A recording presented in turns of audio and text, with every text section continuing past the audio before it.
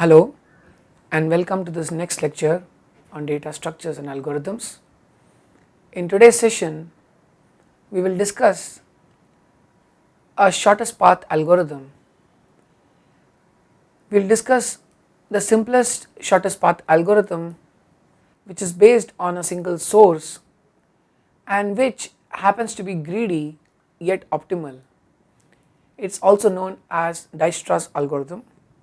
So we will discuss shortest path in graphs that are weighted, and the underlying property of some of these algorithms. In particular, the Dijkstras algorithm makes use of a property called the optimal substructure property. And finally we discuss the procedure of edge relaxation. What is the shortest path in weighted graphs? So given two vertices A and G in this graph below, the problem is to find a path that has minimum total weight between them. So we have assumed non-negative weights are 7, 7 and 9 along this particular path. 23 is the total weight of this path. There are also other paths 1 through D which actually affords a slightly different weight, 22. So which of these paths will be the shortest? The length of a path is the sum of weight of the constituent edges, and this has several applications such as routing of vehicles. The weight could denote length of a particular road. It could also denote the time required to get from A to B based on congestion conditions and so on. One could look at flight routing, internet packets in an IP network and so on. Two specific properties that we would like to exploit are as follows. Optimal substructure. Given the path between A and G, what we would like to discover is subpaths, and you would like the subpaths to also correspond to shortest paths. So the subpath of a shortest path is also a shortest path. In fact, now starting with a source node A, we can show that a tree of shortest path exists from any start vertex S to every other vertex. So for example, the shortest path from A to G here happens to have this weight 11, every other path has higher weight. However, the shortest path to F is indeed through D, so ADF. You don't need to connect F to G as part of the shortest path tree because that's not the shortest path. So what we are developing is an intuition that this subgraph containing all these shortest paths will actually be a tree. It cannot have cycles, primarily because we are talking about unique shortest paths, and we are only talking about finding one shortest path. So the optimal substructure property is exploited in a greedy algorithm, which is the Dijkstras algorithm, that the subpath of a shortest path is also a shortest path. So the Dijkstras algorithm combines the optimal substructure property with the tree of shortest paths which it keeps track of. So for every node or vertex V, it stores the label dV, which is the distance of V from the source S, and computes dV successively starting from the neighbors of S. We are of course assuming that the graph is connected. We can make small modification to this algorithm to deal with graph which consists of several connected components, and that we will leave as a homework problem to deal with containing several connected components.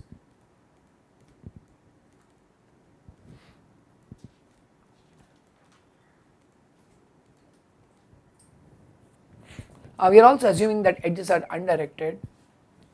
We will leave it as a homework problem to determine how directed edges could be considered.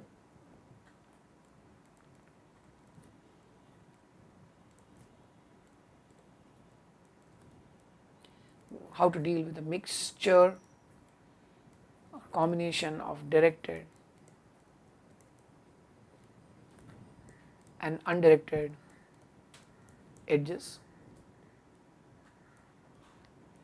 And finally, very critical for our algorithm is that the edge weights are non-negative. So here is the algorithm by Dijkstras. Given an input graph G and the source node S,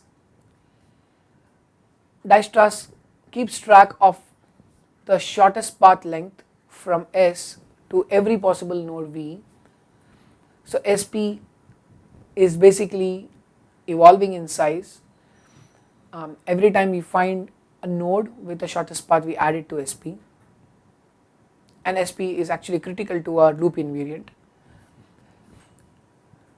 We will also keep track of the distance to every possible node in the graph that has been computed to be the minimum so far. So P is an interim state and it's maintained as a min heap.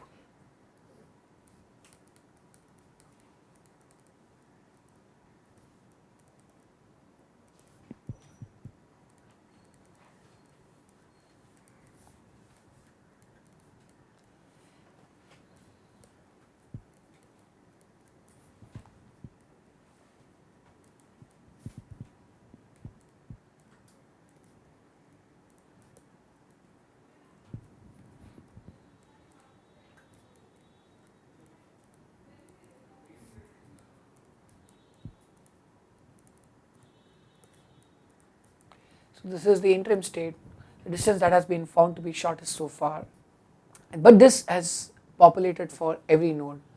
In fact, that's what we do here. So initially we keep track of the shortest path to the source node to be 0, and for every other node we set that to infinity, and for every node we go ahead and set the value of the shortest path so far to be SP, that is basically infinity for all nodes but the source node. So P is a priority queue and we pick the minimum element from P within this loop. U is that minimum, which means U is the closest node in P from S. So initially what you will get from P is the source node itself. So you get rid of that node, the source node, look at all the incident edges, and for every incident edge E you find the other vertex W. So pictorially what you have done is found U that has been found to be the shortest from S so far. Look at all its incident edges. Here's one particular E which has W.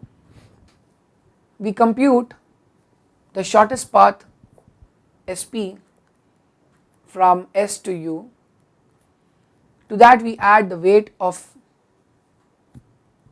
edge E. This is the step called relaxation. So we are basically relaxing E, absorbing it into the path to W from S.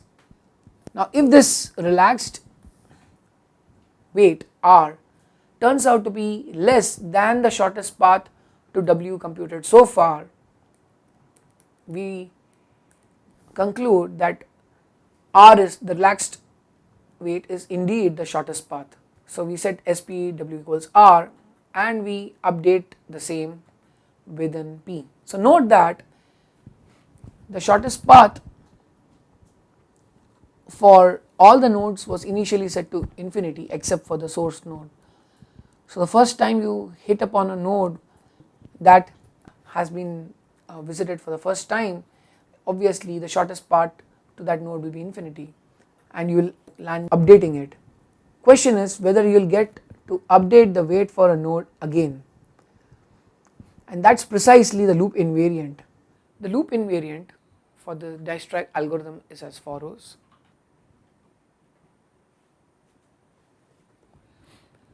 So for every node that gets removed from P, we can be sure that we've actually found the shortest path to that node.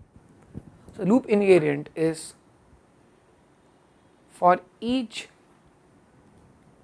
node U that ceases to remain a part of P, the shortest path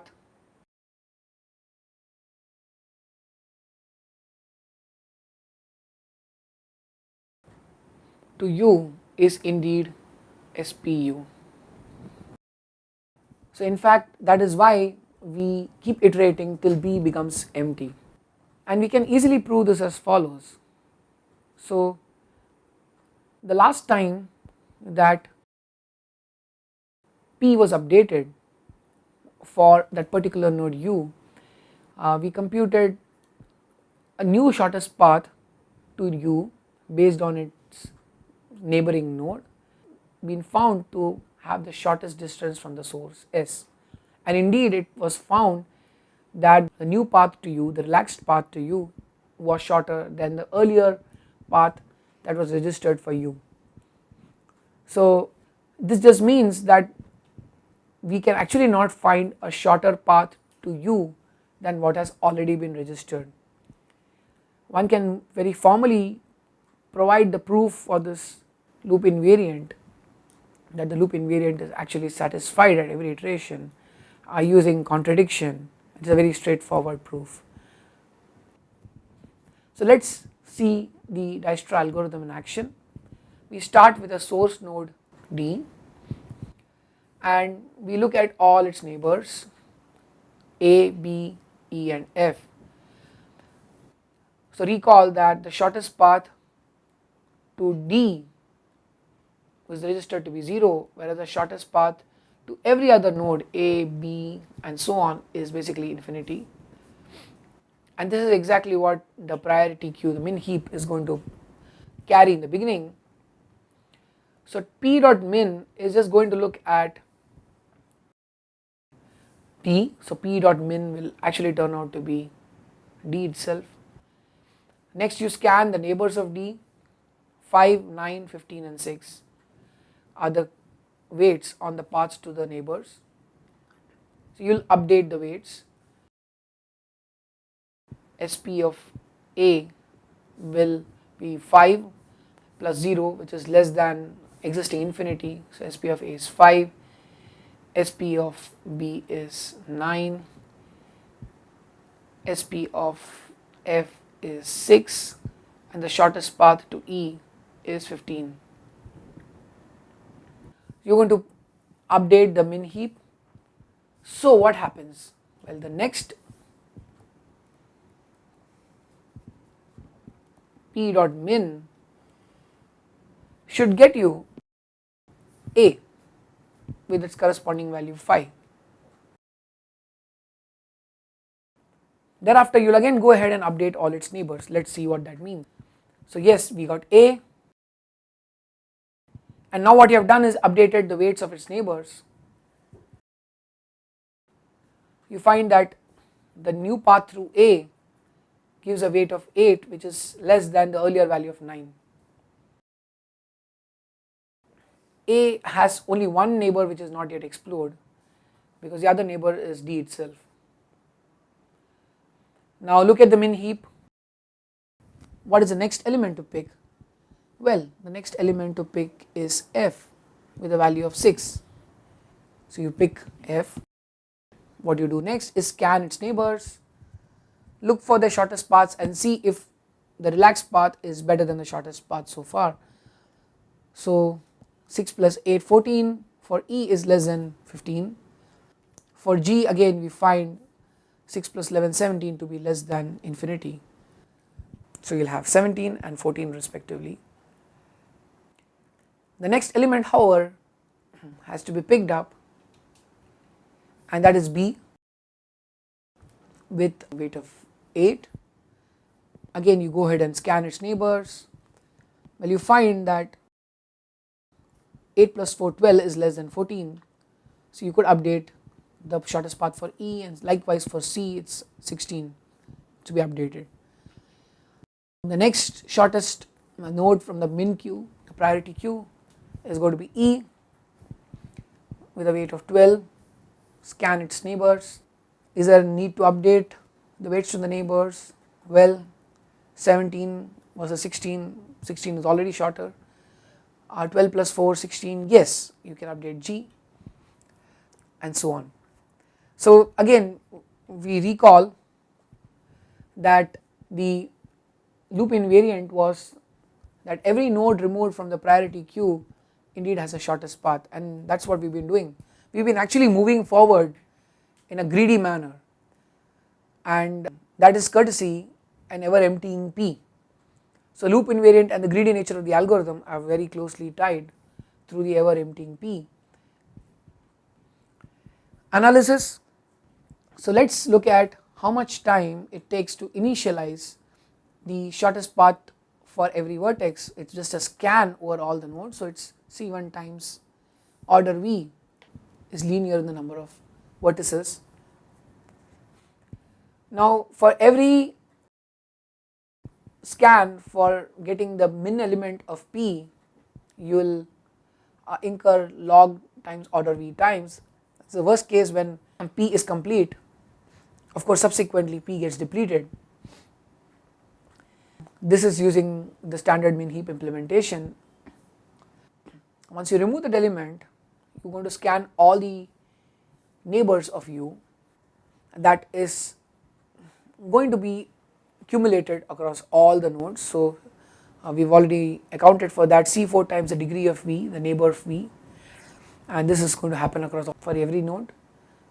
And then we also have an update call where you update the weights corresponding to all the neighbors.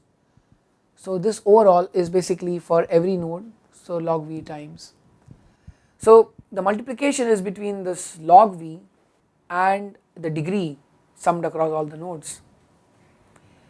So more specifically, the time required is C3 into C4,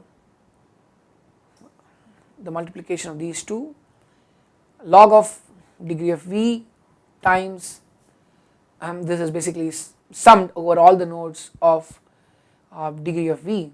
So please note that we have accounted for the worst case here and made it independent of V. We could make it a little bit more complicated and make this dependent on the node, the size of P. However, that is needless because we can always come up with a worst case complexity in this specific case. So we have the summation over all the nodes, degree of V, plus, well, the overall cost incurred across all the outer iterations, which is across all the nodes. So overall what we get is a summation of degree V times log V plus log V times the size number of vertices themselves. So this is order of E plus V times log of V. Thank you.